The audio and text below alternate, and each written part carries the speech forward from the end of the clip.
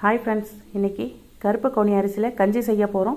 இந்த கஞ்சியை ஸ்வீட்டாக கூட செய்யலாம், சால்ட் போட்டும் செய்யலாம். நான் இன்றைக்கி ஸ்வீட்டில் தான் செய்ய போகிறேன்.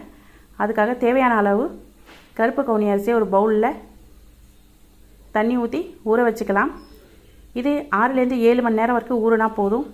இது ஊறினதுக்கப்புறம் ஒரு குக்கரில் 3 டம்ளர் அளவு தண்ணி ஊற்றி கொதிக்க வச்சுக்கலாம். பாருங்கள், நல்லா கொதிச்சிட்ருக்கு. இந்த நேரத்தில் கருப்பு கவுனி அரிசியை போட்டு கிளறி விட்டு கொதிக்க விடலாம்.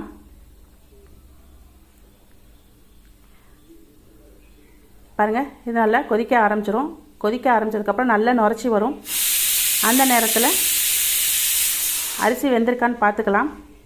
பார்த்ததுக்கப்புறம் தேவையான அளவு வெல்லம், இல்லைன்னா நாட்டு சர்க்கரை, இல்லைன்னா கருப்பட்டி போட்டு கொதிக்க வைக்கலாம். நான் இன்றைக்கி வெல்லம் தான் போட்டு